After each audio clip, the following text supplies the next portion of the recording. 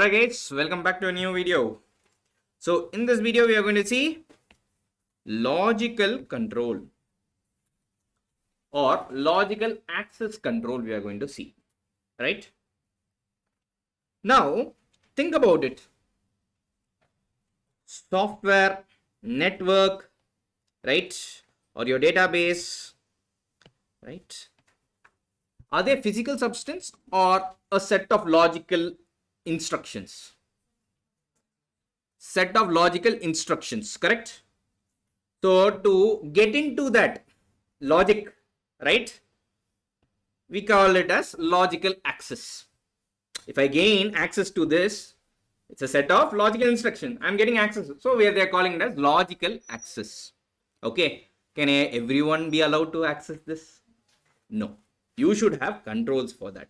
And that is what we are going to see. Understood? Done. Now, sir, what is the risk of this logical access? Simple. These are the exposures if you see. Unauthorized use, disclosure or modification of data or loss of data or software. These are the exposures. Exposure means risk which you will face if you do not have controls. Let us see one by one. Unauthorized use. What is unauthorized use? Let us say you ask your friend not to use your phone, but he uses, right? And your phone also is allowing. There's no stoppage. Then what will happen? You get annoyed, right? Think from the business perspective, right? Then competitors will use your data, right? The company's data for their benefit.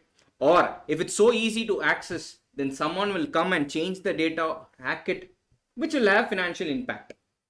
Or it will deviate from you attaining the business objectives, right? So you should have control for this. Agreed, everyone? Done. Now, logical access control are implemented to ensure the access to the system is restricted only to the authorized user.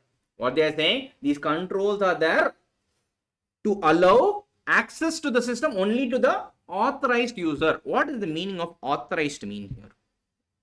Approved user. Okay, if I have approval given, then he can use it. Okay, that is what they are meaning. Done. Now there are some guys who logical access violators. Okay, these are the guys normally who violate your logical access. Who are they? Hackers, right? We studied in the first chapter, first introduction video itself, who are hackers, right? So these guys, their work itself to hack and get your data only, right? That is one. Second, employees, right? Employees. Let's say if you are worked somewhere, would you simply, if data is there, would you simply keep it, or it's simply go and change something? Sometimes if it's there, you will simply change something, right? Or if your company's financial data is there, you might go and check, right? Or your friend's salary, you might go and check. Yes or no? What is he earning? That and all is needed. So you should have control. Normally, these are the guys who violate your logical access. Second, your informational personnel. System personnel means the guys who are managing the information system. The admins, the guy who made the software, right? Those guys also try to violate your system. Former employees, right, who have left, right? So, what do you say? Let's say once you are leaving, every company removes your email access. Yes or no? Normally that's a good protocol, right? Why? Because if you have that, what you will do? Simply you will go and visit it, see whether you'll send a mail from that, or you might use it for wrongdoings, right? That is one thing. And the end user can be anyone, right? Competitors or foreigners or crime, right? They want to just try it out, right? Netflix and all, you simply keep it. No, you want a pirated version, you will try, no? Correct, no? All these things are the guys who are violators.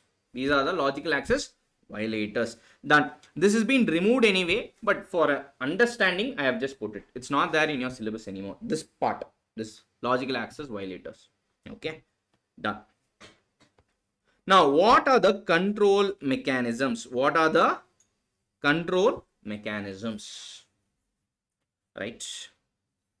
Let us see. There are, 1, 2, 3, 6 4, 5, 6 control mechanisms we will have. Different sides of it. Let's see the 6 mechanisms one by one. Now, the first control mechanism you can have is user access management. The first control mechanism you can have is user access management. What is user access management? We'll see it with an example. Okay. Okay. Done. If we see here, can you see clearly? Yeah. So this is the back end of Arivu Pro. Okay. Now we have admins. Yes or no? We also have user who are using it. The back end team, right? Who's uploading your classes, who's editing and making sure everything is done, right? Now there are some employees who will be here. Now after some time they leave. Correct? Now that is what we are going to talk about, user access management. If you see, I have to first enter the name of the concerned person, right? I have to enter the email ID, the password, the phone number, right? If you see here, there is assigned role. I can give him privileges. Privileges like, he can upload the classes. Only upload the classes. He cannot delete the classes. Or I can give privileges. Okay, online sales will happen. Yes or no? Arivu Pro app, someone buys. Sales will happen. Right? For my accountant, I'll create an account. I'll give him sales report only. I will not give him class report. Right? For my academic coordinator, I will give him the role of what? Only seeing the students' attendance, how much they are watching, how many test series they are taking. Right? All those things, I will assign the role. Once I create the ID, right, I will assign him the role. Right? And the product. This is called as user access management. Are we clear with this? Right? We'll see one by one and I'll connect it later on. Now, let's see. User access management. Right? First control is user registration. We saw. First, you have to, any software you want to give or any access you want to give to a system or a data, first register him. Right? Register him. Why, sir, registration? At least you will know who's going to look into the data. Right? You know, okay, I have given to 3 people means only 3 people are culprit. From there, I can easily find out, okay, what is happening. So that is why first you have to register. So information of every user should be documented. Who is the user granted access and the data owner approve access. So simply I should not be able to create an account. I should have who approved him. Okay, let's say I give Mr. John access. Okay, I am creating Mr. John, the username and password. Simply I can create no, who approved to give Mr. John the access. That also I have a approval. I should have a approval. Based on that approval only, I have to give the registration. Are we clear? Done. Second one. Privilege management. I told you what all privileges I have to give. I can give privileges for only uploading the classes, or I can give privileges for uploading, deleting the classes, or I can give privileges to the sales report. Right? That is called as privilege management. So depending upon the job requirement, I give him the access. Done.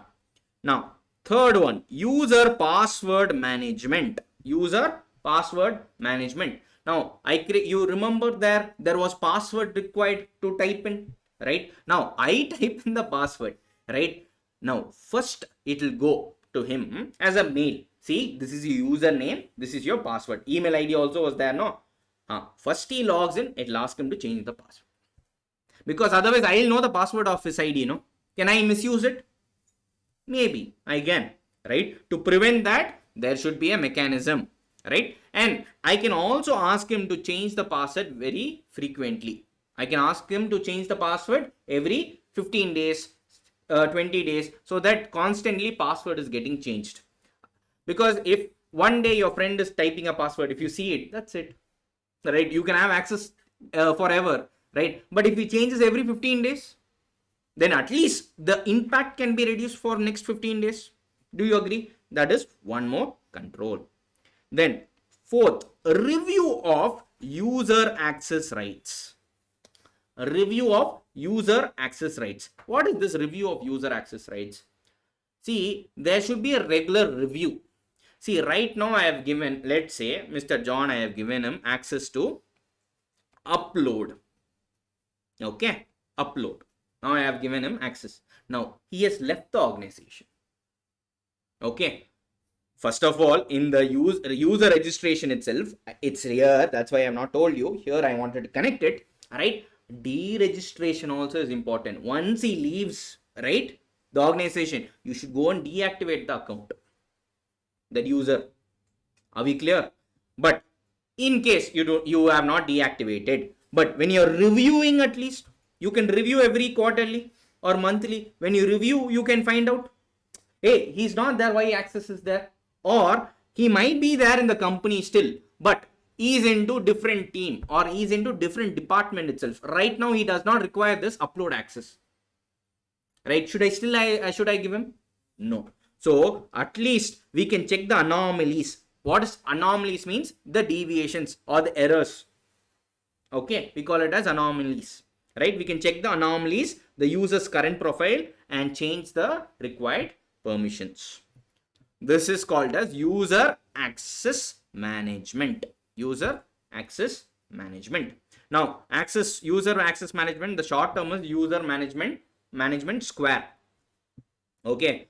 User stands for user registration. Access refers to access rights.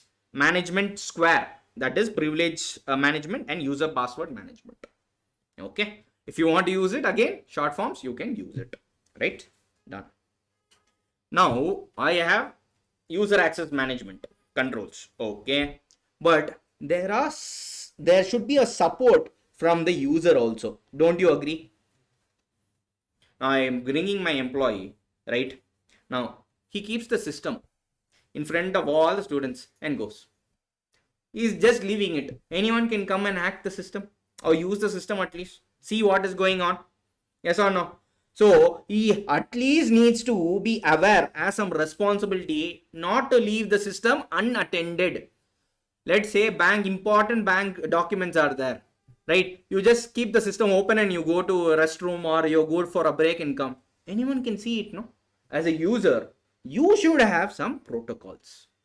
You should have some restrictions, right? That how will be having, you have to create awareness and some responsibility should be there with the user itself. And secondly, password usage, right? System should make sure the user is using strong password. It should not be like password 123, right? Or 123. I don't have password, right? All these things. There should be some strong password so that it's a little bit tougher to hack. Are we clear? Any doubts still here? Okay, till here, any doubts? Normally in exam, if they are going to ask you, they will combine user access management and user responsibility together and ask a question. If they want to ask a question, that is from this. Okay, here they will not ask what are, like what physical controls we had. No, they might ask, please tell all the physical controls, because there are only 3-4 points: lock on doors, logging, right, and the other things. And what I say here, and and physical identification medium, right? 4 things we had. Here you can write 1 point and score marks, but here there are 6 points, and 6 are a little bit lengthy. Okay, so they will not ask you write everything. What are logical access control and explain. Mostly they will not be asking like that. Okay, so they will ask example, what are network access control. So you need to write only this part. Okay, done. You should know how to study the subject also, very important.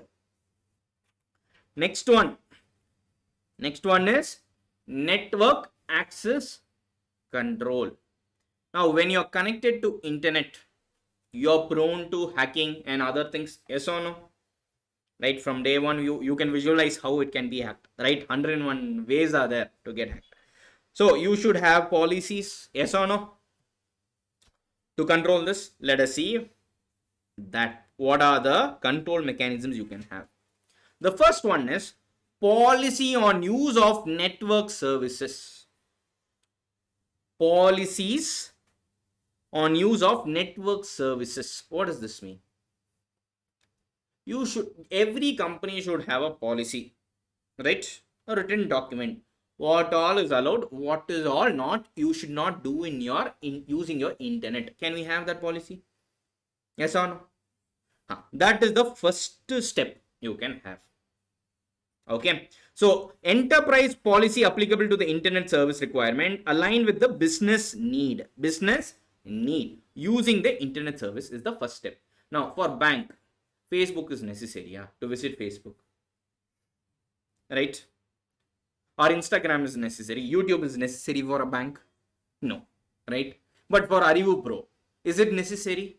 Yes, maybe, right? Because we upload the videos or we promote the content, right?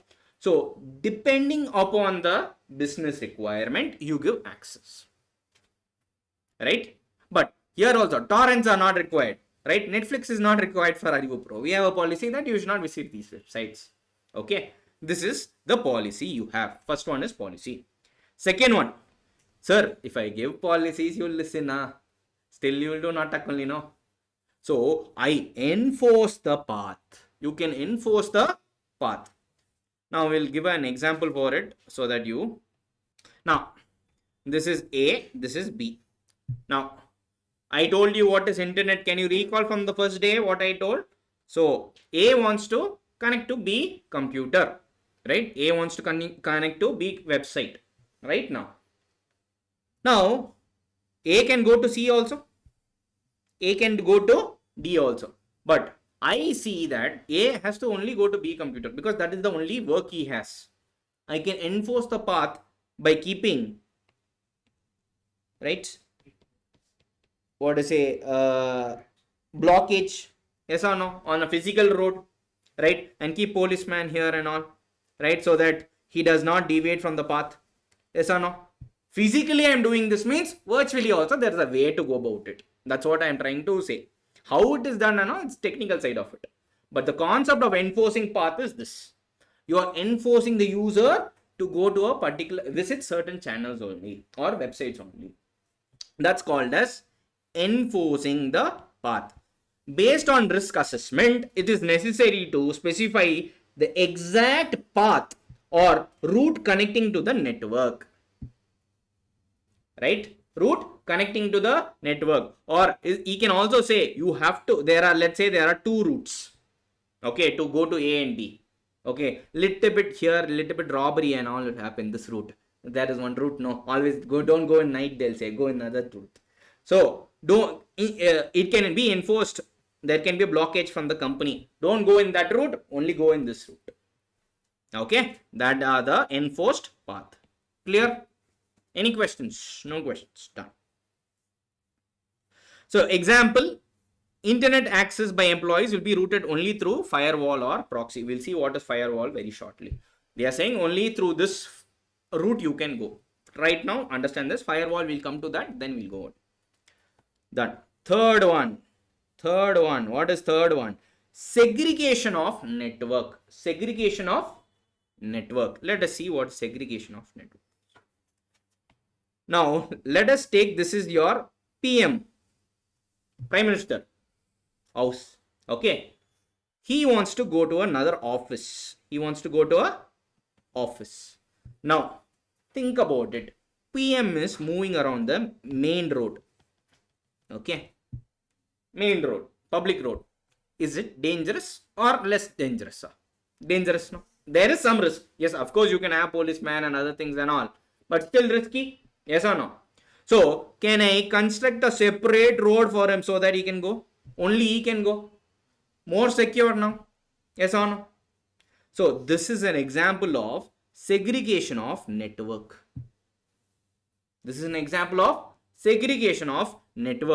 Let's read it. Based on the sensitive information handling function. Based on sensitive information. Right? PM is very important, means for an organization, sensitive information is important. Right? And VPN connection. What does VPN means? VPN stands for Virtual Private Network. What does it stand for? Virtual Private Network. Guys, putting road in reality is all tough. Okay, separate road for PM. But virtually creating and all is network and all is very easy. It's a software which it can be done quickly. So you create a virtual connection between the branch office and head office. Only branch and head office will connect through this network. So this network is isolated from the internet usage services. Network is isolated from the internet usage services. This is what it is. Are you clear? Everyone? Done. Virtual private network. Okay. Fourth one. Network connection and routing control. Right? Network connection and routing control. Let's read it, then I'll explain it. The traffic between the network should be restricted based on identification of source and authentication access policy implemented across the network facility. Let us see this.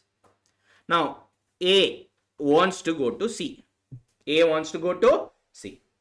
Now, before going to C, he should show, okay, where are you coming from? When you're entering to your friend's apartment and all, where are you going, ba? They'll ask, no, policeman will be there, no? I mean, watchman will be there, where are you going? You can go any path which is enforcing you, no. There's no enforcing path. You can go anywhere here, A, B, C. But when you go to C, they'll ask, what is your, where are you coming from? Show your ID. If you say the right details, he'll allow you. Right? That is what this is also. Network connecting and routing control. Right? Traffic between the network should be restricted based on identification. Right? Identification. You have valid ID, you can go. If you do not have valid ID, you are stopped from visiting. For example, how it works is, right? Even big companies will be present on Twitter. Right? So there will be marketing people in big companies who want access to Twitter. Right? For them, access is allowed. For them, they are allowed to connect it to the Twitter. But for general people who are working in the employees, it's not. So based on, he will use password and you will use something. Okay. Login credentials bill. When you visit Twitter, no, it will show, hey, tell where you, tell your employee ID and your password. Then only you can connect to Twitter. If you enter the valid ID, it will help you to connect it. Okay. That is network connecting and routing control. Are we clear? Fifth one. Can I go to fifth one? Security of network services. Very simple. The security of network. Your Wi-Fi, right? Your house Wi-Fi. Is it password protected or anyone can connect it? Password protected. That's the basic control. That is what they are talking about. Security of network control. Techniques of authentication authorization policy should be implemented across the, for every Wi-Fi or network, have a username password. Okay. Have a password. Then sixth one, firewall. Sixth one, firewall.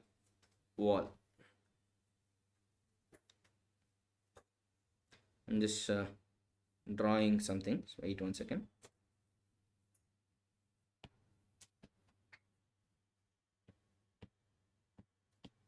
Okay.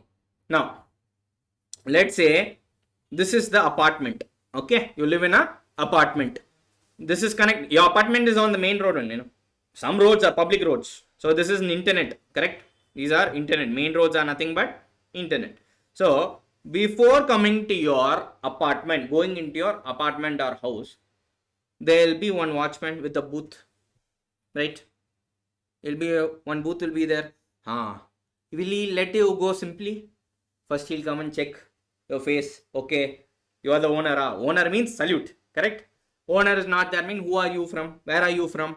Or you are taking your friend also, right? He will ask, hey, who is he? Correct?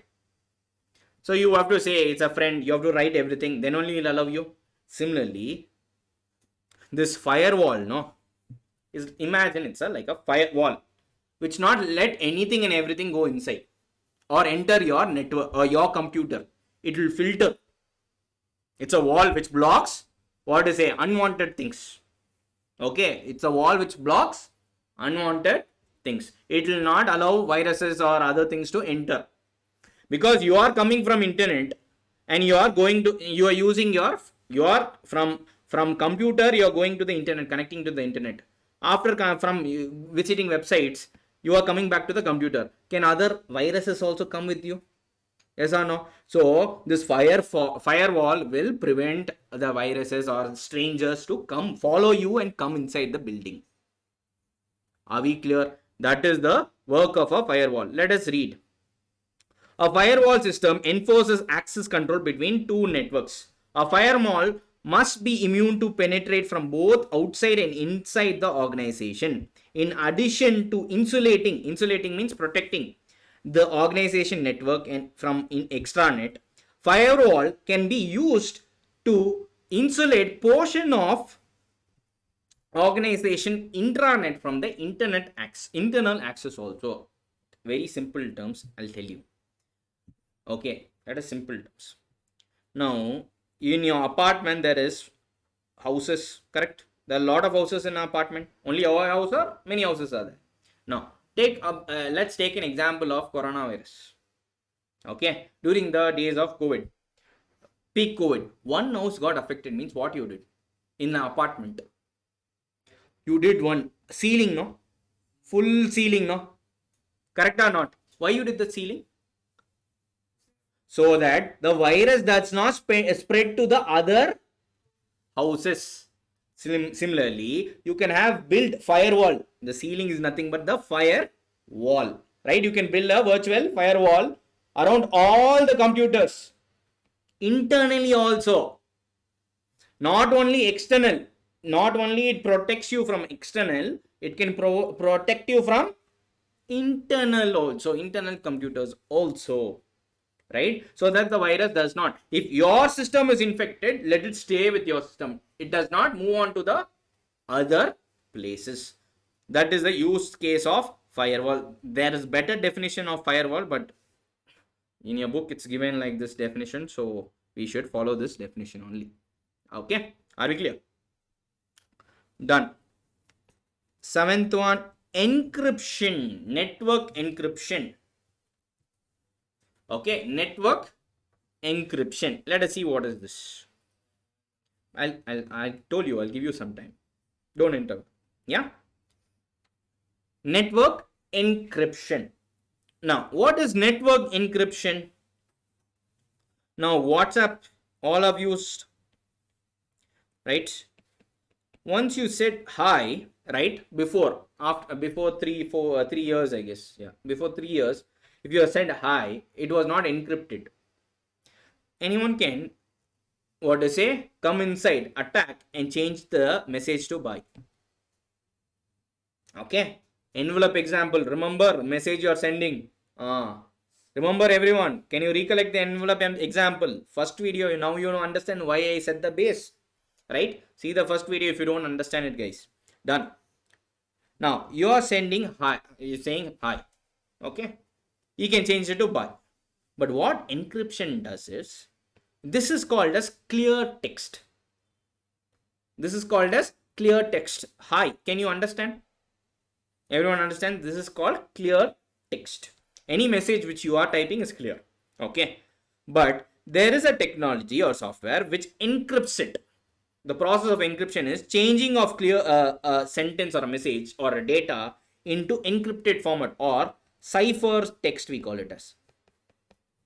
Into clear text into cipher text. What is cipher text? It can be x15. Hi can be converted into x15. Now, if someone hacks it, right? First, hi when you type and you send, there itself it encrypts. It changes to a cipher text. And it transfers, it moves along with the cipher text. Okay. Now, if anyone sees it, x15 means what is it? Yes or no? No one will understand it. It cannot be hacked also. It cannot be hacked also. Then it lands to your friend. It lands to your friend ID. Once it lands to your friend ID, it gets back to your clear text. And he receives hi. Okay, that's how encryption works. So here we are talking about network encryption. Let us see. Network encryption is defined as a process of encrypting the data and the message transmitted over a computer network. Okay, over a computer network, the process of encrypting, we call it as what? network encryption. Done. Encryption is conversion of data into a secret code, right, for storage in database and transmission over the network. The sender uses encryption algorithms. Algorithms is nothing but some tools, right, with the key to convert the original message to called a key to convert the original message called the clear text. The original message is called as the clear text into the cipher text, and this is decrypted at the receiving end. Encrypted means what? The process of changing it from clear to clear to cipher is called as encryption. Decryption means cipher to clear. Cipher to clear, we call it as decryption. This is done at the receiving end, right? And the two approaches, there are two approaches for this. There is something called private key, public key, which is not there in your portions. Let's not go into that. Okay. In the later part, I guess it was there. Let us see if they have amended or not. Okay. If it's there, we'll see to it. Done. Now, eighth one. Okay. Eighth one. Callback device. Callback device. I'll give you an example for this. Then I will talk about technicality. Now you go, okay, to a mall. Something you see very nice. It's worth 5,50,000 rupees. You put your debit card or credit card. You give it. Immediately you swipe. Right? You swipe your card. What happens? Immediately you will get a call. Sir, someone is using your card to purchase 5,50,000. Is it you only, sir? Yes or no? You get a call at least. You say yes, it's me only. Then the transaction will get approved. The transaction will get approved. Yes or no? Now, similarly, there are certain technologies which is used. This is used in your UPI payments. Okay, BMAP. Have you all heard of BMAP? Right? Beam, UPI, right? It's like Google Pay. It's Government of India ka UPI app. Now, once you how do you install your UPI? Have you remembered? I guess a lot of people have done UPI transactions, right? Everyone.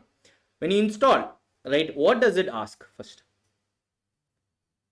It'll ask you to select, is it first SIM or second SIM?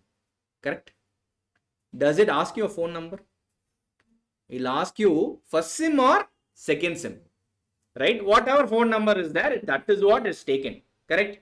So you select your first SIM, that's your main, phone number which is attached to the bank account. Then automatically the credentials are bought back to the phone. And you have to set up your UPI password. You set up a UPI password and the system is done. Now, every time you enter the password, right, what happens is once you enter the password, let's say your password is 123, right? 1234. You enter 1234. It goes to the bank server, right? And the bank server also checks whether the phone SIM card is there in your phone. It gives a call back to your phone, whether it is you, right? Then only the transaction gets approved.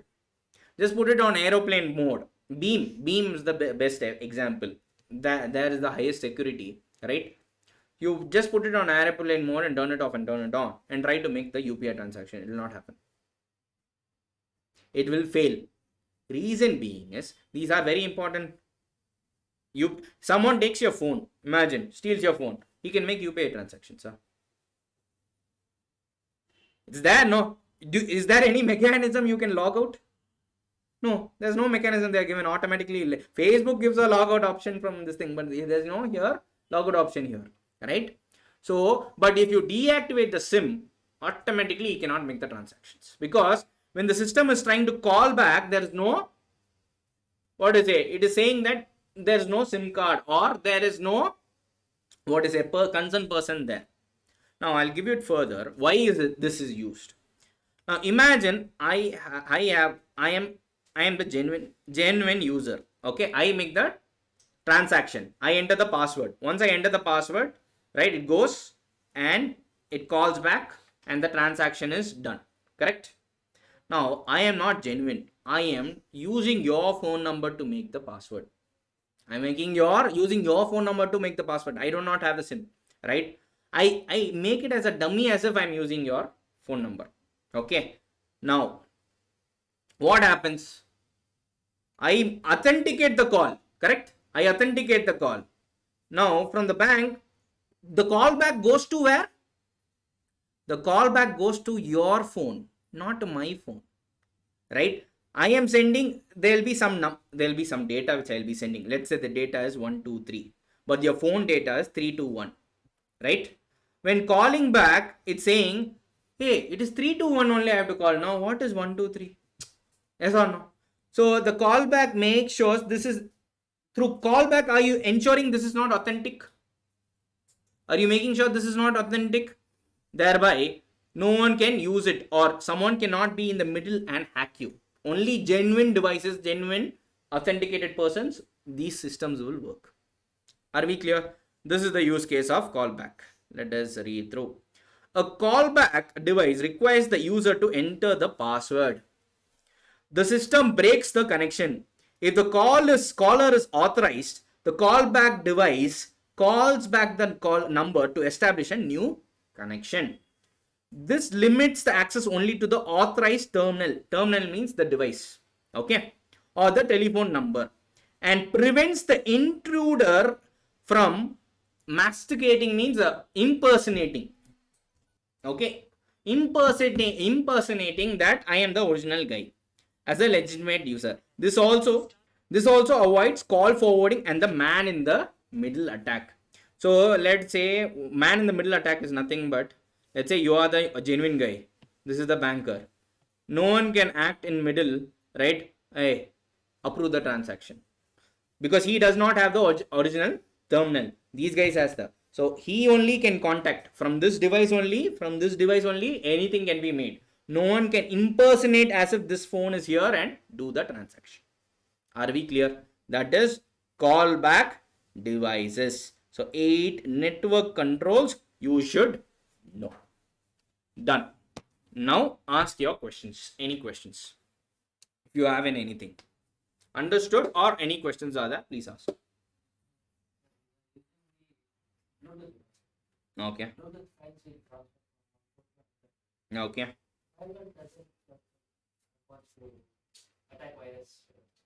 Sorry?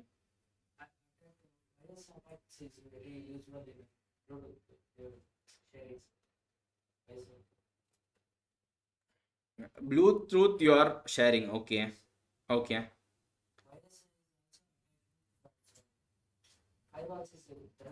See, firewall, right?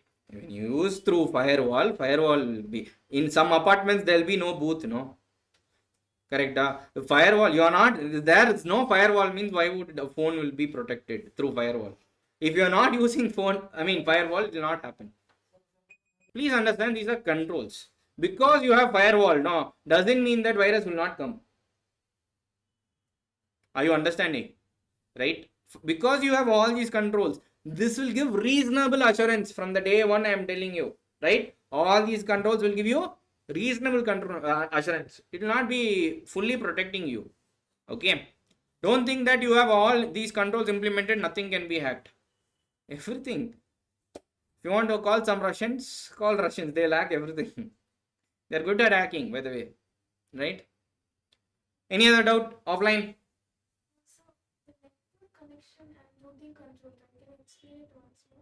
Which one? Fourth one. Traffic between the network should be restricted based on the identification of the source. Okay. See, between, let's say there are two. Okay. Traffic between the network should be restricted based on the identification, right? Let's say you are going here and here. These are two networks. So based on identification, you should allow. Not everyone, right? So that's what I said. No, the Twitter example I gave. People who are in the marketing team, he is authorized to. Based his ID allows him to go Twitter, right? But a guy who's in finance team, should he be allowed to connect to Twitter? No. So based on identification, you can allow people and go. That is what it is. Yeah. Any other questions online?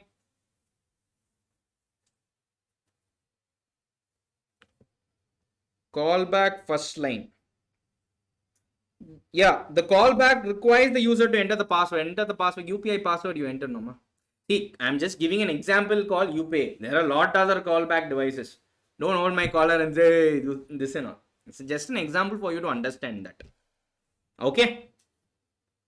The callback device requires your UPI. UPI requires the password. No. Once you do it, then only the system goes and talks. Before that, it doesn't talk. Avi, then only the call is new call is made. Are we clear?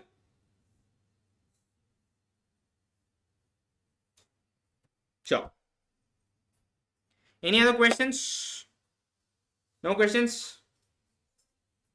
Done. Let us learn the short form for this. Okay. Security policy. Okay. Which enforce segregation and connection network. What segregation means? Separating. Connecting means what? To bringing together. Network with firewall, encryption and call back. So a security policy which enforce connection or removing of network with firewall, encryption and call back. Right? So if you see, security means you can connect it going. I guess you are used to it now. You can connect it to each and every one. Right? If you want to use it again, you can use it or leave it. Leave it. So if you have any other shortcuts also, do comment below. I will consider that if it's fine, better than mine, because one person is thinking. So you have 50 to 100 people thinking with different shortcuts. It's a better shortcut. I'll use that also. I'm willing to learn. Done. Can we move on? Everyone, can we move on? Online.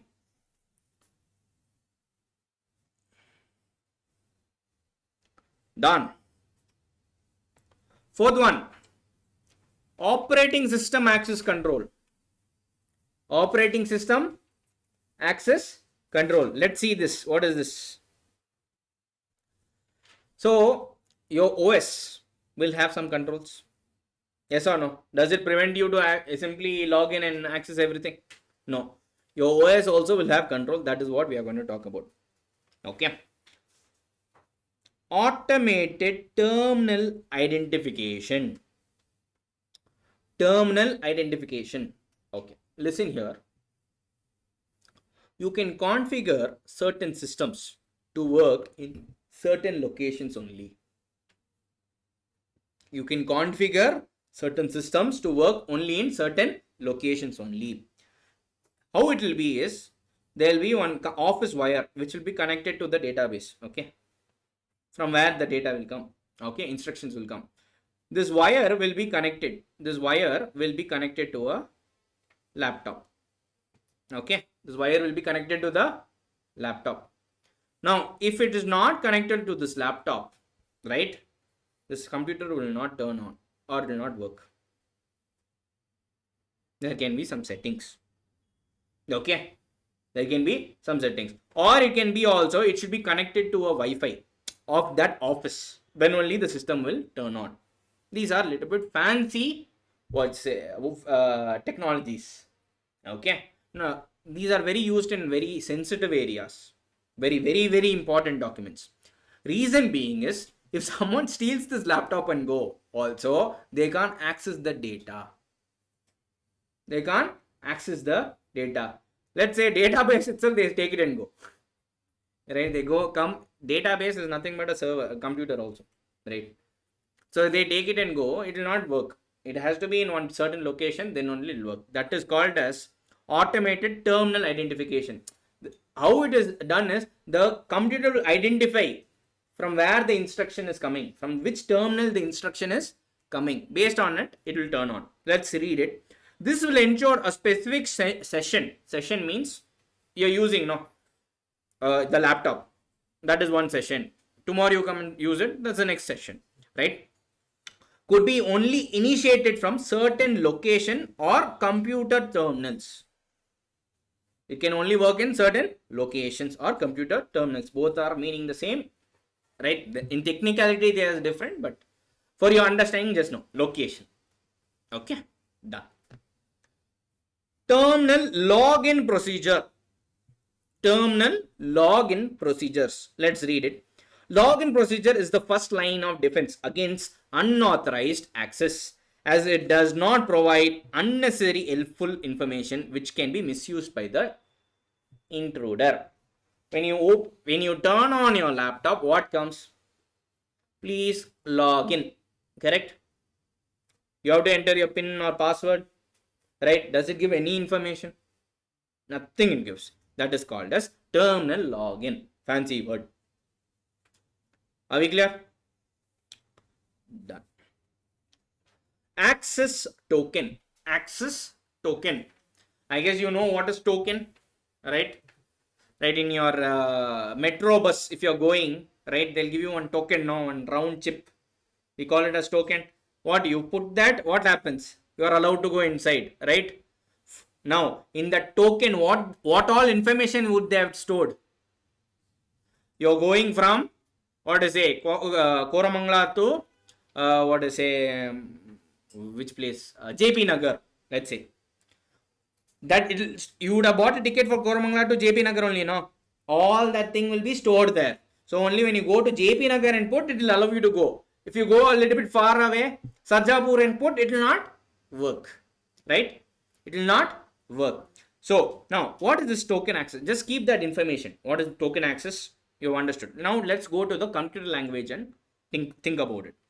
Token access. Now once you enter the right password, right?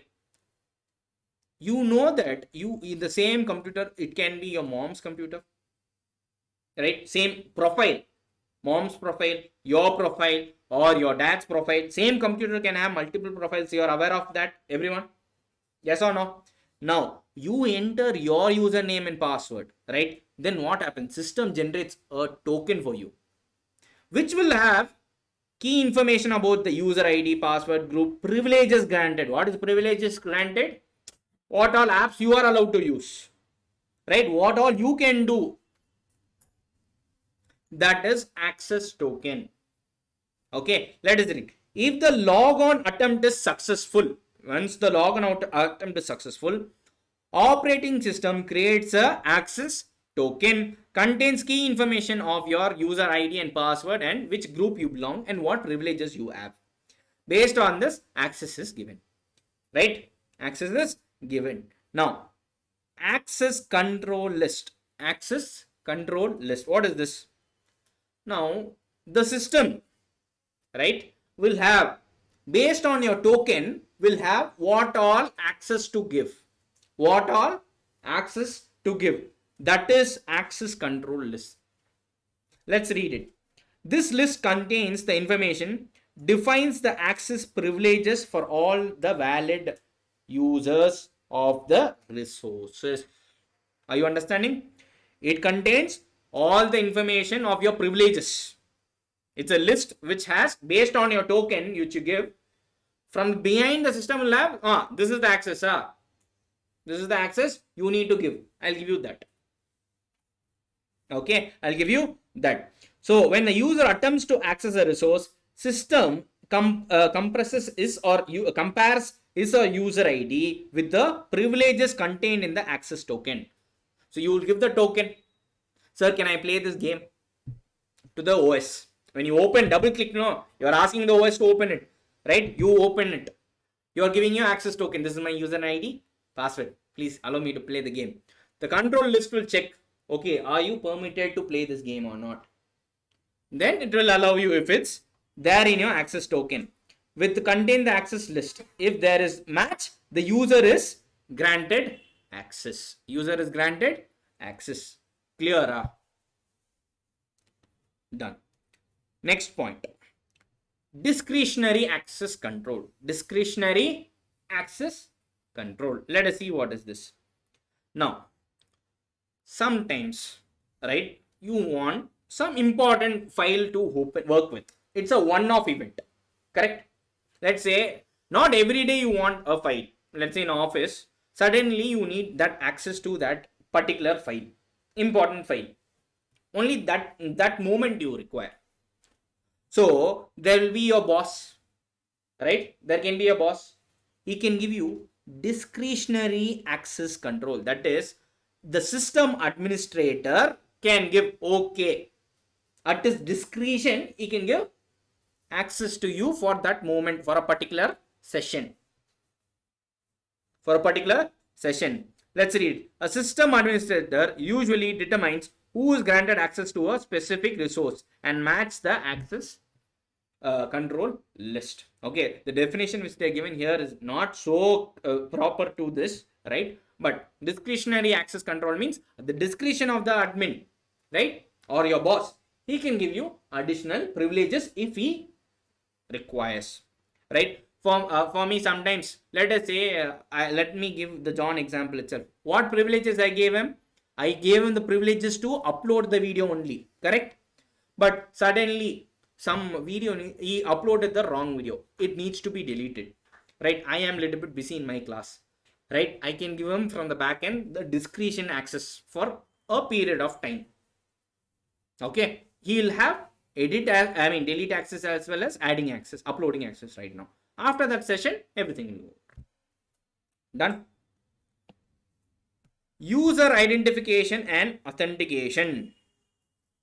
Okay, now this is little bit bigger. Once when you started your Windows 11 or Windows XP, what was there? Only passwords were there, correct? Now fancy things are coming. Yes or no? Pin is coming, touch is coming. With your fingerprint you can open, or iris scanner is coming. It is opening. New technologies are opening. No, that is what they are talking. User identification and authentication controls are there. Let us see. The user must be identified or authenticated in a foolproof manner. Depending upon the risk assessment, stringent methods like biometric authentication, cryptographic authentication, or digital certificate should be employed. So if you are accessing very important, then they will know, open eye scan, right? Then put your finger, then only system will open. You have seen in movies and all, no? Right? All that thing OS can provide, will have control access, right? Next one, password management system. Now, password management system, a good operating system should enforce you to put good password. You can enforce the operating system to say put good password. Let us say write password 123, right? OS will reject, put a stronger password. You can configure the OS to do that. That is one. Second thing, guys, have you always understood this also? When you are using your laptop, okay, when you are using a laptop, you have put your password. That password should be stored where? In your laptop only, no? Yes or no? Yeah. Imagine you enter the password, right? And system opens. Then you go to a file called passwords and you open it. Anyone can see the password. Is it good security? Maybe for your friend, you would have opened the laptop for one thing. He goes to the password folder and checks what's the password. And the computer also gives the password away. Then what security the computer is doing?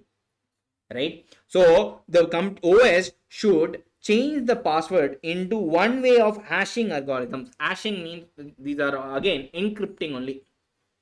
If your password is 123, okay, it can make it to HCI. There will be a folder called password. Okay, it will not be simply like a folder. It will be somewhere. Okay, but it will be hashed or encrypted into HCI, which will not be accessible for the user. Or even if he access, he will not be able to crack it or understand what is the real password. Okay, that OS will provide. Till now, what we are saying, OS, operating system access control, what the OS should provide. Okay, done. Use of system utilities. Now, use of system utilities. I'll give you an example for this. You give your phone your, you give your phone your open your phone and give it to your friend. He goes to password, touch ID he goes to. Can you see it? right? Touch ID goes to. Immediately the system is see. For other things, it's not asking.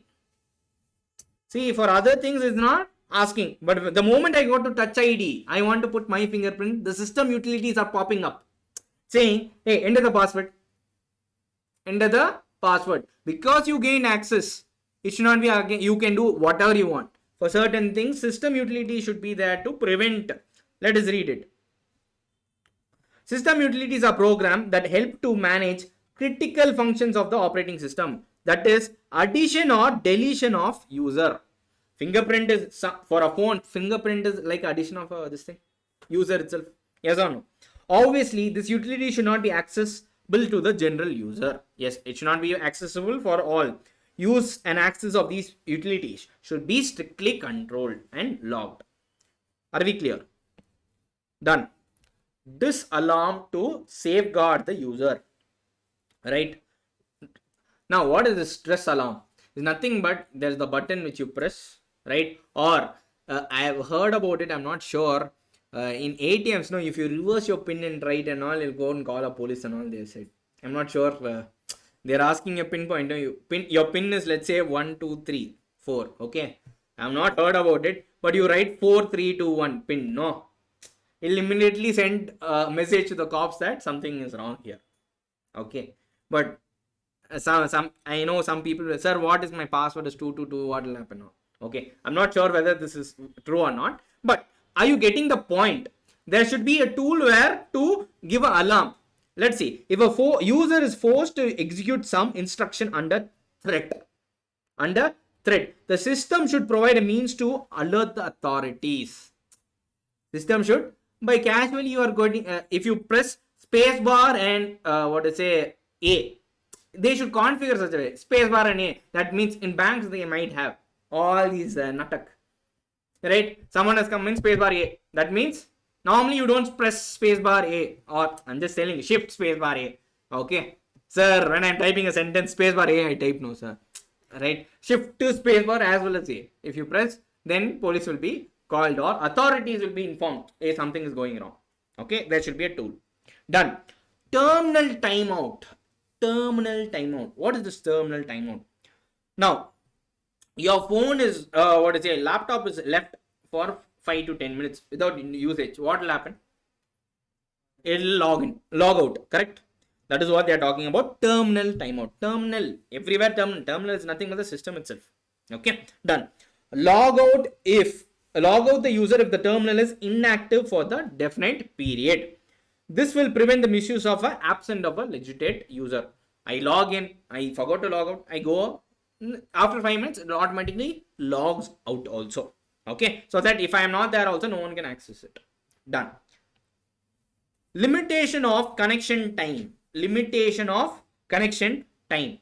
Now, define the available time slot and do not allow any transaction beyond this time. You can do it in two ways, right? You can give only 5 minutes for someone to access the system, right?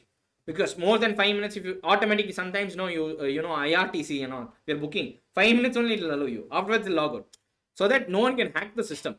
5 minutes is a very less time to hack the system, right? Or there's another timeout also. That is what they are trying to say. See, should an employee be allowed to access a laptop after 11 o'clock, after 11 p.m. or 10 p.m. after office hours? No. During office hours only you have to work, correct? So you can set up control mechanisms. Do not allow to log in after a particular time period. After a time period, that is called as limitation of time connection. Are we clear? Yes. Any questions? Please ask. Any questions? Please ask.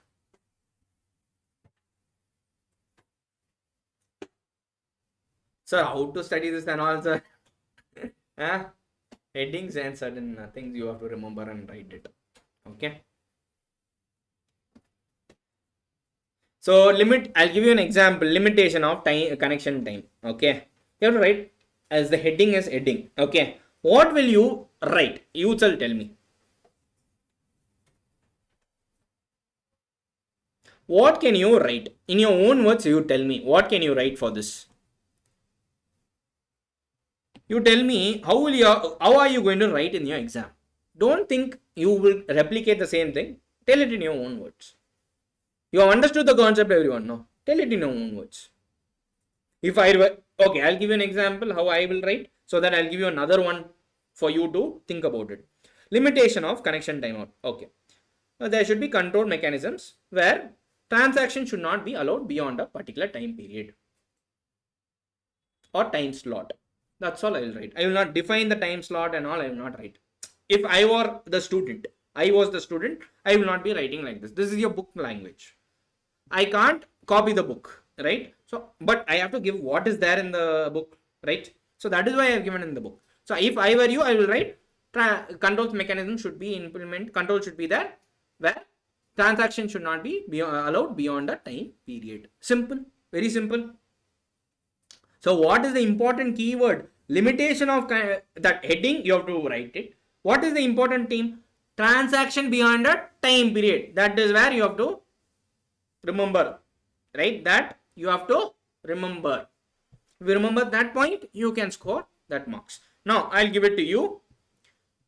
Terminal timeout. Can you think about it? How to write? Terminal timeout. Now, think about it.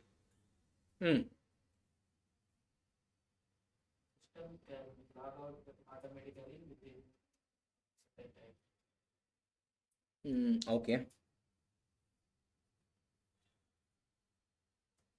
Anyone else wants to give it a try? Is it system should be automatically logged out? Okay. Yes, system can be logged out there is absence of user. If there is absence of user, okay. System should be logged out if absence of user, okay. Anyone else?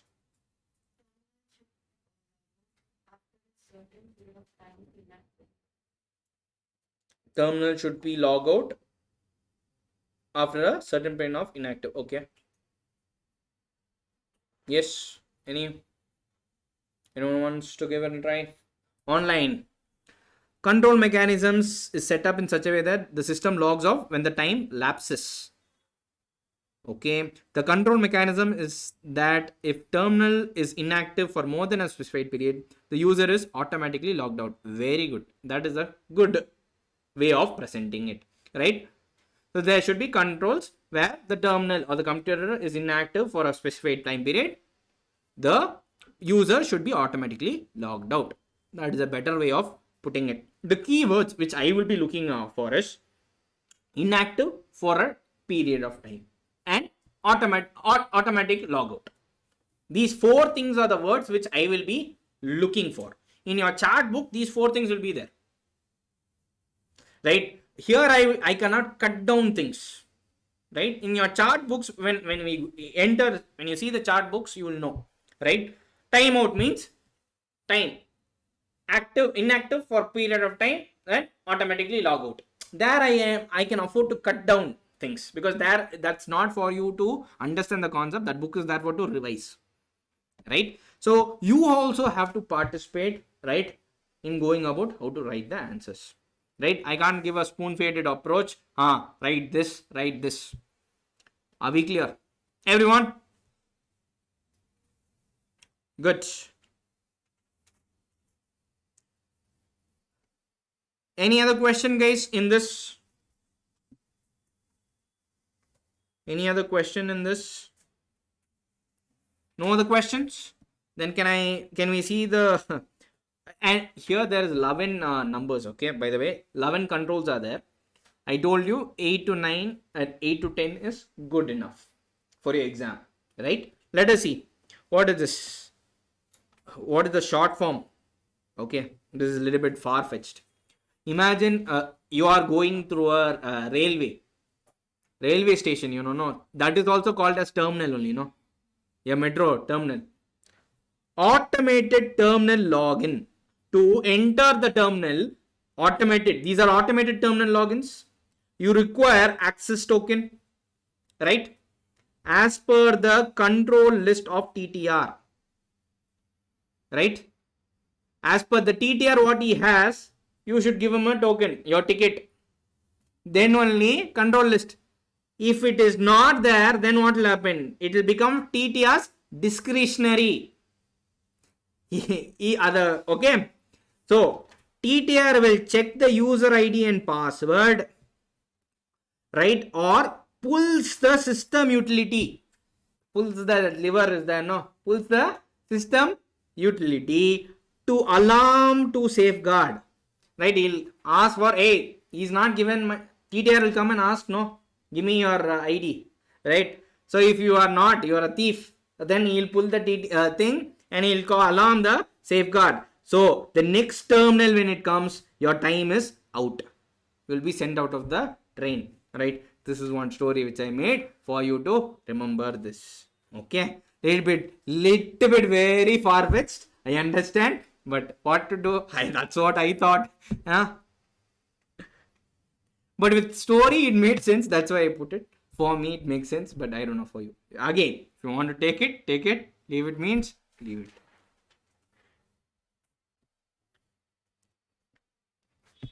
In simple closure, it's TTR. Okay, you're going in automated mode. Just imagine. Like that is how I imagine. Right? You're going in automated. You're putting the token. TTR is coming. He's asking control list. He has a control list. He will check if it's as per the access control list. He'll allow. Otherwise, at his discretion. He'll ask me my ID. If I give him my ID and password, he will. If it's not proper, he'll pull the system utilities and then next to alarm the safeguard. The next terminal, the time is right. Done. Fifth one. Application and monitoring system access. Application and monitoring system access. This is application access control we are going to talk about here. So application are the most common assets that access information. Users revoke programs and modules of application to access, program and communicate with the information. Hence, it's necessary to control the access of application. Right? You guys use a lot of applications, right? That to contacts with you. Yes or no? So that is also taking data. So you should have controls for that. That is what we are going to talk about. Now, first one is information access restriction. Information access restriction. What is this? Information access restriction means. Now, you know in Netflix, there is kids and your profile and other profiles. In kids profile, kids mode, the user interface itself is different. The menu bars are different, right? So similarly, access, that's nothing but access control. Some control is there. That is what they are talking in a fancy word. Information access restrictor. Or you can change your setting on a phone also. Your phone, if you can, you can phone, laptops and all, you can set a menu. You can give them only this, right? Certain laptops will not have internet connection itself. You can't connect. They are configured like that, right? You can. So access to information is prevented by application specific menu interface. What they are saying? Access to information is denied by application specific interface, which limits the access to the system function. A user can access only those items he is authorized to. So, for example, kids mode I have given. Understood? Done. Second one, sensitive system isolation. Sensitive system isolation. Okay. Now, see, if you are connected to internet only, all these problems are coming. No, hacking and everything. Imagine if you isolate the system and it's not connected to anything. It's an isolated environment, you are running it. Then, will any problem happen? That is one way. Run the system in an isolated environment. Okay.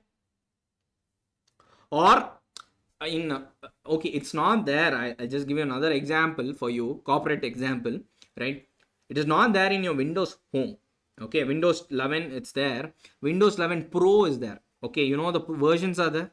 Windows 11 Home, Windows 11 Enterprises, Windows 11 Pro, right?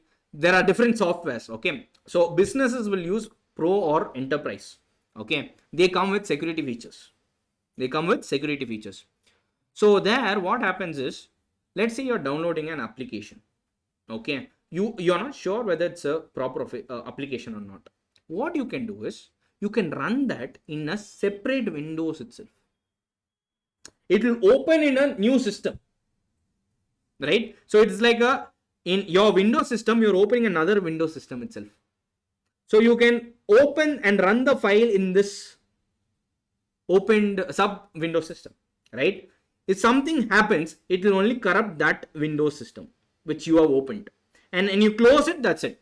Every data into that will get erased, forced erased, so that it does. So that is in a way that you are opening it in a very secured manner, isolated manner. That is one more example you can take. Are we clear, everyone? None. Third one, event logging. Event logging, let us take an example for it. If you see here, activity log.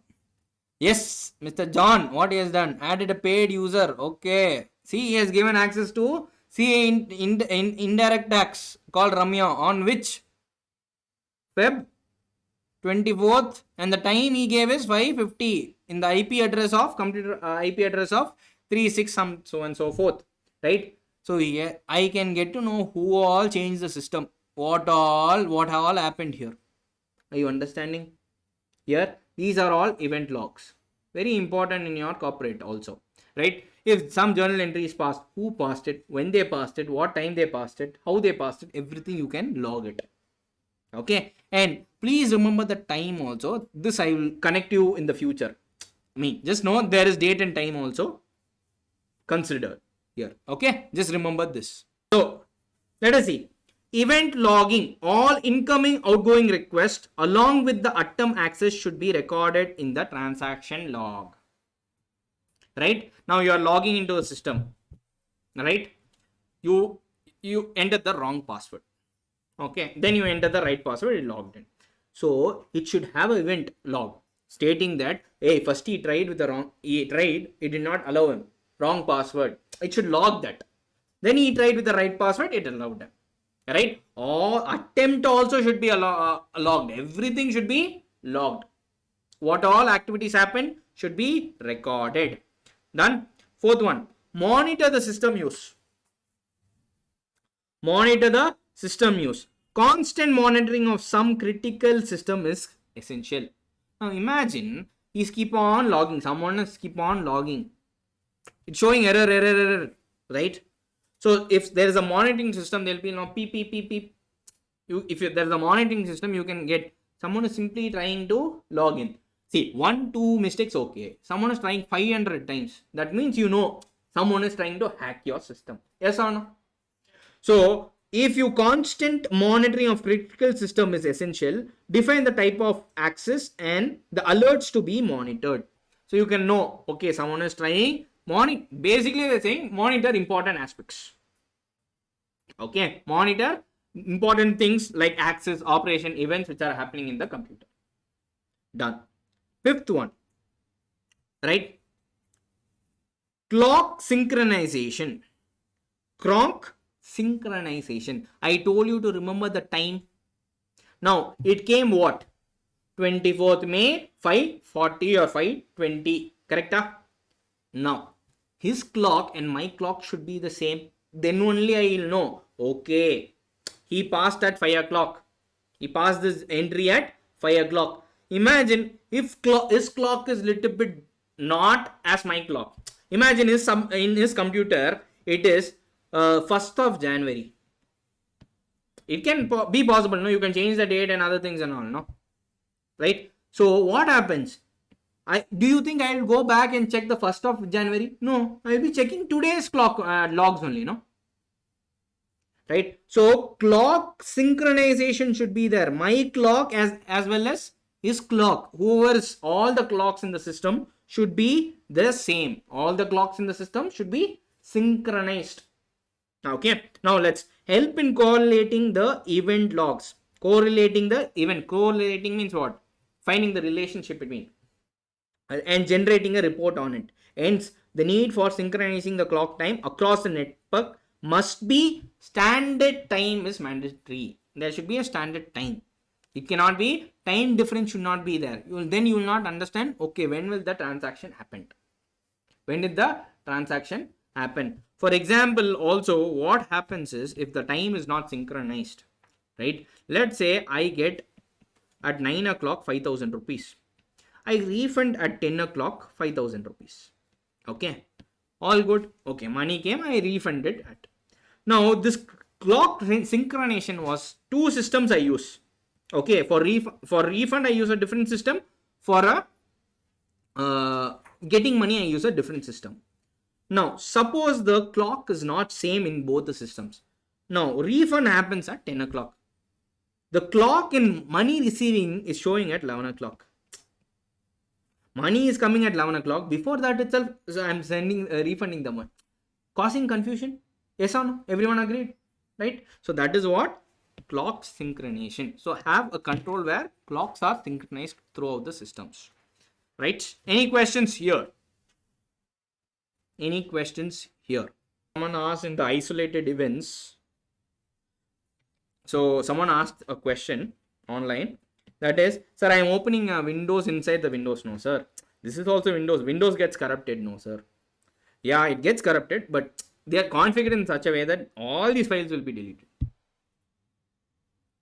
Okay. Even if it gets, that is how it is done, right? So it's like a different system altogether. That's all technology, certain things which go beyond our head itself. Yeah. Hope answer is clear. Controls when mobile. Okay. Now last one is when you're using a mobile. Now see, before it was only laptops. Now mobiles are also being used for office purposes. Right? So you should have all the whatever you saw now before. All these controls you should have for mobile also. Right? And information should be encrypted and accessed like fingerprint. Right? Smart card also requires a security feature. So mobiles also, they are just, that's all they are given in your book also, a very two-liner, right? Let's say your biometrics, right? That data should not go somewhere. For all those things also should be secured. Find a way that everything is secure. Okay, in mobile. That is what they are trying to say. Are we clear? Done. Now, for chapter, for 5, easiest control mechanism is mobile. Very good. So application and monitoring system access control, right? What is the short form? Info event isolation monitor the clock. Okay, how I thought about this, right? Information event is there, no? Information event, what will happen? You will be very lonely. Someone is giving you information. Event, you are going to an event. Okay, someone is talking about information. You will be isolated, right? What you do? You monitor the clock. Okay. In info event isolation, monitor the clock. Clock synchronization, monitor the system use. Event dialog is isolation, and info access restriction. Okay, this is what it is. Okay, done. And now one more thing is that, see, they would not ask you what are the logical access. Fully tell the logical access violators. Explain what is logical access because there's 6 points you saw. It will not fit for 5 marks. Okay, normally EIS they will not cross more than 5 to 6 or 8, max to max 8. Okay, they don't cross more than that. But anyhow, just for you to recollect and memorize, you can use this to study all these 6 points. Mobile app, I'll just tell you the context here also. Mobile app on iOS network responsibly access user data. See, in iOS, no. In Android, mobile apps, let's say for example Facebook, can access your data, everything. But on iOS phone, no. Facebook cannot access your user data. Okay, that is where the context is coming from. So on mobile apps on iOS network, responsibly access user data. Mobile means stands for the 6th point. App stands for the 5th point. OS stands for the iOS. OS stands for the 4th point. Network stands for the 3rd point. Responsibly, 2nd. User responsibility. User access, 1st point. Okay, this is how a shortcut. Again, if you want to take it or leave it. Done. And that's it. That is for the video for now. Ciao, ciao. Bye bye.